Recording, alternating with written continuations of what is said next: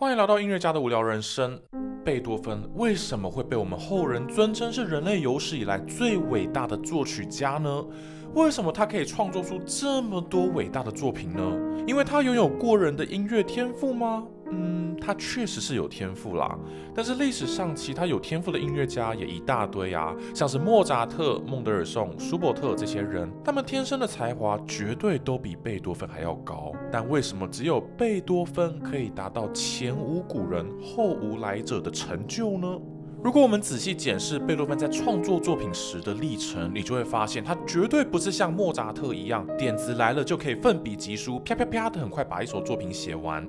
反而贝多芬的创作过程充满了痛苦与磨难，他总是不断反复的推敲，删删改改，不到心中理想的样子就绝不妥协，就算是头破血流也要奋斗到最后一刻。因此他的作品比其他作曲家总是多了一份革命的性格，而这种大破大立的革命情怀，或许就是贝多芬最伟大之处。只要他觉得意义不够深刻的作品，即使再怎么好听，他也愿意砍掉重练。曾经他完成了一首规模史无前例浩大的钢琴奏鸣曲，每个乐章都耗尽了苦心，写的篇幅长大，但好不容易完成之后，居然在一个念头之下，把其中一个超好听的乐章砍掉重练，取而代之的是一个听起来莫名其妙的乐章。这看似让人费解的举动，却让这个重新替换过的作品有了一个令人意料之外的意涵。这首神奇的作品就是他的第21号钢琴奏鸣曲《华德斯坦》。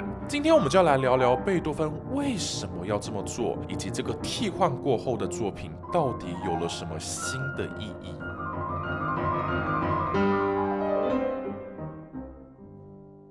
华德斯坦钢琴奏鸣曲是贝多芬人生中期的作品。这个时期的他已经不再一昧的追求模仿前辈，比如说海顿跟莫扎特的作曲手法，取而代之的他有非常强烈的意志，想要打破旧有的传统，开创出音乐中新的声音还有意境。这些意志就在这首华德斯坦奏鸣曲里面非常明显。以前我们听到的传统古典奏鸣曲常常听起来是这样的。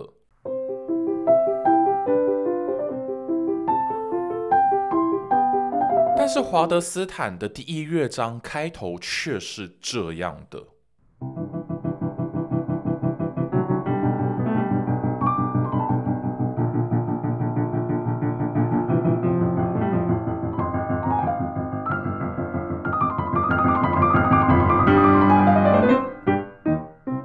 里面你可以听到一种焕然一新的热情，还有奇幻的和声变化，跟以前所有的钢琴奏鸣曲都完全不一样。而更神奇的是它的第3乐章，也就是最后一个乐章，它的开头听起来是这样的。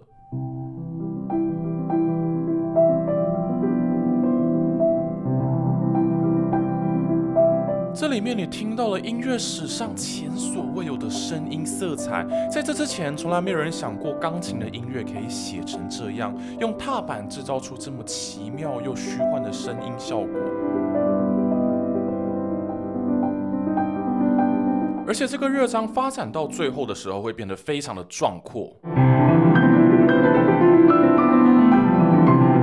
这可以说是当时有史以来最震撼人心的钢琴作品了。所以华德斯坦钢琴奏鸣曲的这3个乐章里面，头一个乐章跟结尾的乐章都浩浩大大的成为了音乐史上的传奇。那这下就尴尬了，那中间的那个第2乐章该怎么写呢？如果写得不够好的话，那不就是相形失色，甚至可能会拖累整首奏鸣曲的成就了吗？贝多芬对这件事情当然是心知肚明的，他知道这个第2乐章绝对不可以搞砸，也一定要写得够精彩才可以。因此他可以说是倾尽了全力去完成这个任务，最后写下了这个超级优美的行板乐章。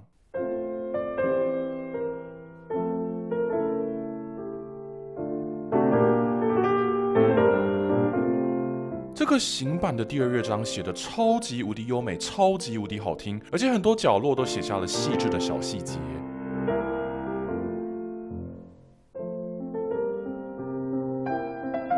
这个优美的主题每次演到中间就会变得越来越激动，然后突然接到一个像是在做白日梦的段落去了。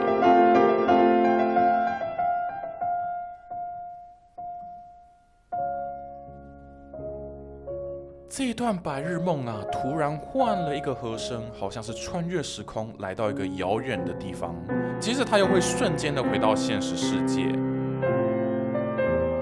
然后重新开始那个优美的旋律。像这样子啊，优美的主题，然后中间做白日梦的过程，在整个乐章里面会重复好几次，每一次都会发展出各种不同形态的变奏，一次比一次丰富。刚刚我们听的第一次是它最简单的形态，但是到了第二次的时候，它搭配上了16分音符的对位旋律。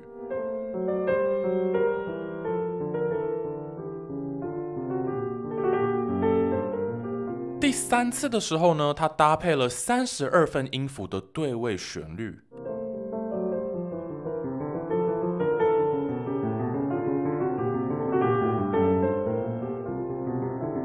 这个32分音符的变奏最后会发展的天花乱坠，好像是晕了头一样。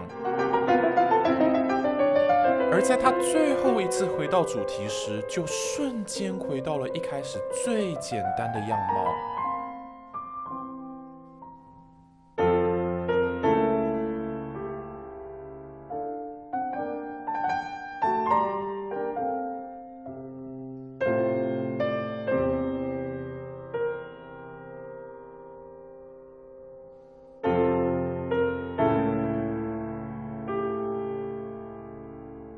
当我们以为他要在这个回归了淳朴样貌的状态下结束时，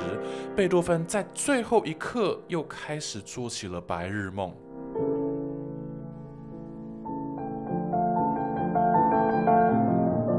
32分音符们又开始天旋地转了起来，最后迈向了一个篇幅长大又意味深长的结尾。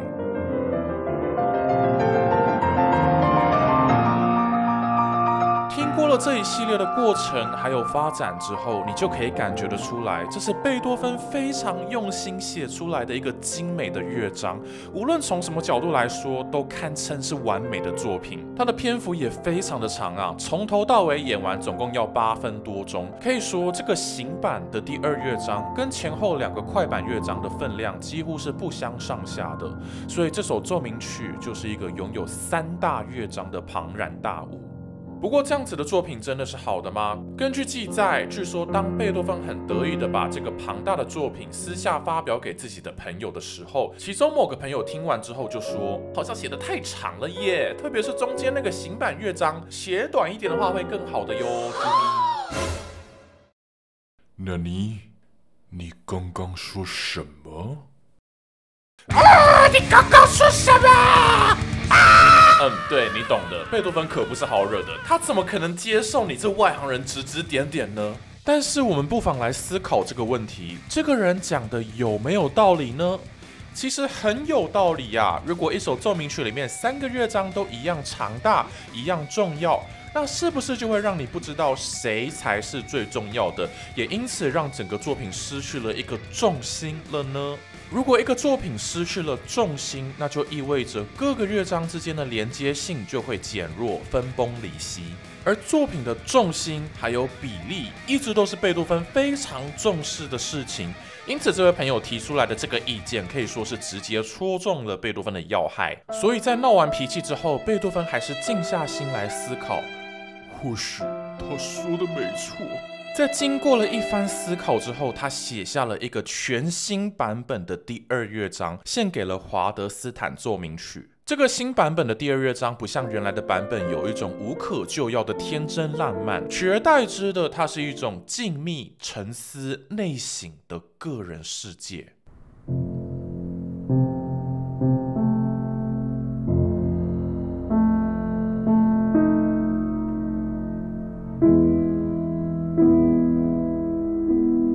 这个新版本乍听之下非常的奇怪，但是如果你仔细感受的话，就会发现贝多芬很用心的把它跟其他2个乐章联系了起来。因为你还记得我们刚刚听过的第1乐章一开头吗？它有一个很奇妙的和声进行，这里它的低音是一连串的下行半音阶，然后随着低音的往下移动，上面的和声就发生了一系列的变化。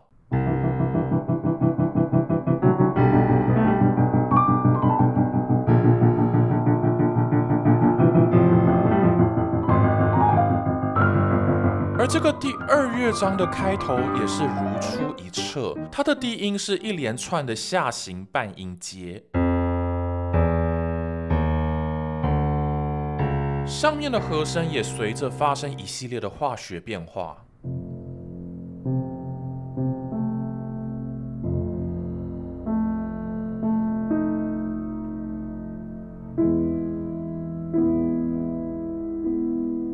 这一连串神秘的半音阶低音虽然来自第1乐章，但是却在这里创造出了一种截然不同的意境。它非常的缓慢，非常的内敛，让前面第1乐章中的热情在这里彻底的沉淀了下来。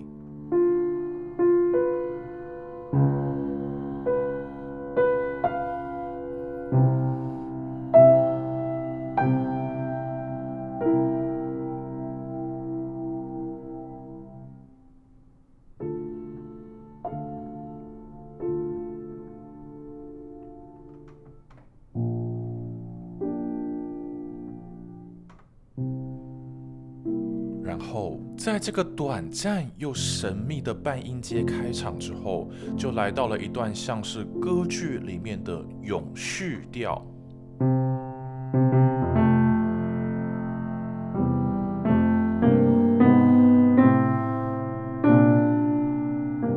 这个旋律仿佛是一位男中音深沉的独唱。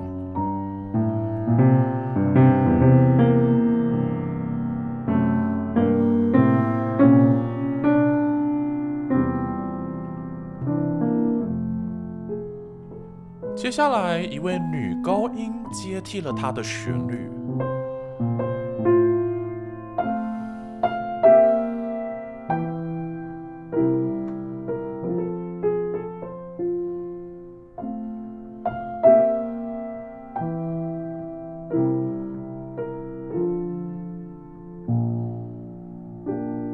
不久之后，又马上回到了那个神秘的半音阶开场。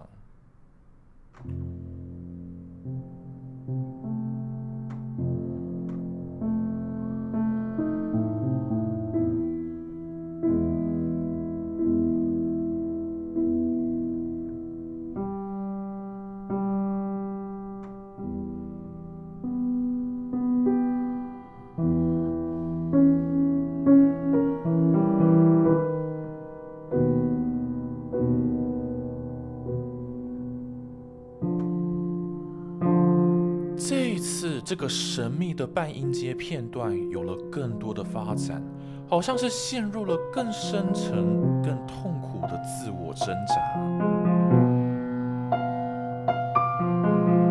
他一直挣扎，一直挣扎，一直挣扎着寻找问题的答案。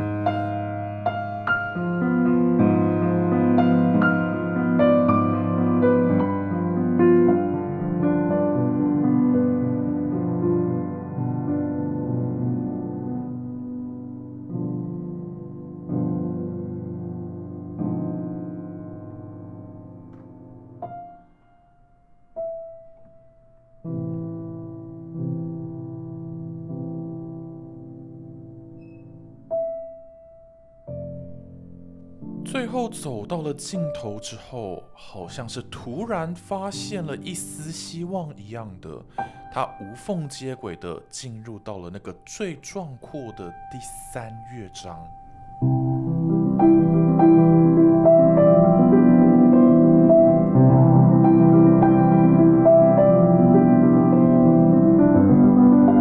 这个为新版本的第2乐章不只有更好的比例关系、更好的整体感，还赋予了整首作品更深层的意境。与其说它是一个独立的乐章，它还反而更像是最后一个乐章的引言，因为它在第2乐章最后经历了这一连串的挣扎，都借由这个第3乐章获得了解脱。而且就像我们刚刚分析的，它同时也跟第1乐章有着紧密的关系，因此这个乐章就像是第1乐章跟第3乐章之间的桥梁一样，将这2个庞然大物连接了起来，好像是第1乐章发生过的事情，到了第2乐章时，受到他重新的反思跟自省，最后在迷失之中走进第3乐章，进而找到答案。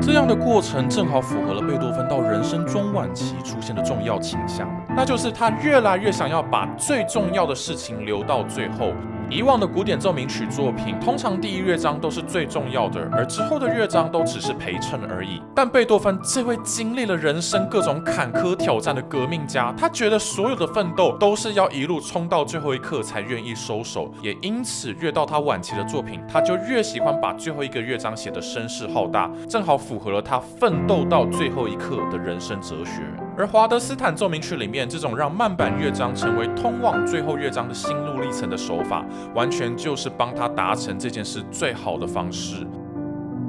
从此以后，他很多作品，像是26号钢琴奏鸣曲《告别》、第28号钢琴奏鸣曲，还有第3号、第4号大提琴奏鸣曲，都用了类似的手法，可以说是开启了贝多芬创作的新阶段。而这一切之所以可以达成，追根究底，却是来自那位好朋友的一个小小的意见。这样子的故事只是贝多芬人生的一个缩影而已，因为他在追求理想的路上如此的披荆斩棘，才能成为音乐历史上最伟大的革命家。贝多芬对作品的坚持，不只在创作方面创造了传奇，也对后世的钢琴家们造成了无以伦比的压力。我自己每次演奏贝多芬的奏鸣曲时，都会觉得如坐针毡，除了技巧非常的困难以外，也生怕自己会辜负了贝多芬的音乐内涵。说真的，有哪位钢琴家敢说自己有把握把华德斯坦奏鸣曲里面这些意念传达出来呢？不过最近因为一些因缘机会，我收到了2厅院的邀约，希望我介绍他们今年年底邀请来台湾演出的国际知名钢琴家 Igor Levit。于是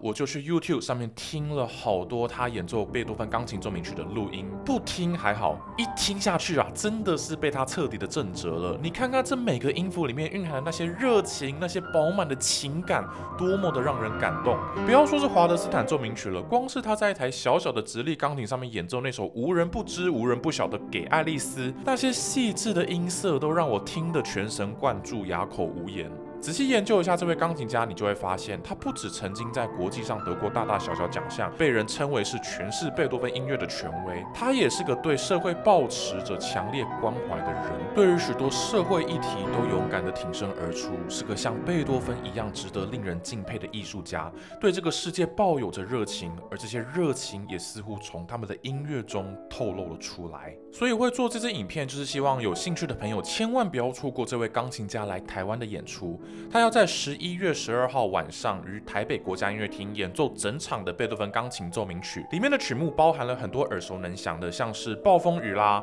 悲怆啦，还有最后就是用华德斯坦作为收尾，哇，真的是爽啊！可以说是今年我最期待的一场钢琴音乐会。而且经过这么多年的疫情，能够再次听到国外的音乐家千里迢迢来到台湾，这还不感动吗？音乐会的详细资讯我就放在下方的资讯栏哦。感谢你看完了这支影片，如果喜欢我们的内容，想要看到我们继续长久创作的话，欢迎用资讯栏下面的 Buy Me a Coffee 的连结支持我们哦，这对我们来说将会是非常大的鼓励。我们就下部影片见，拜拜。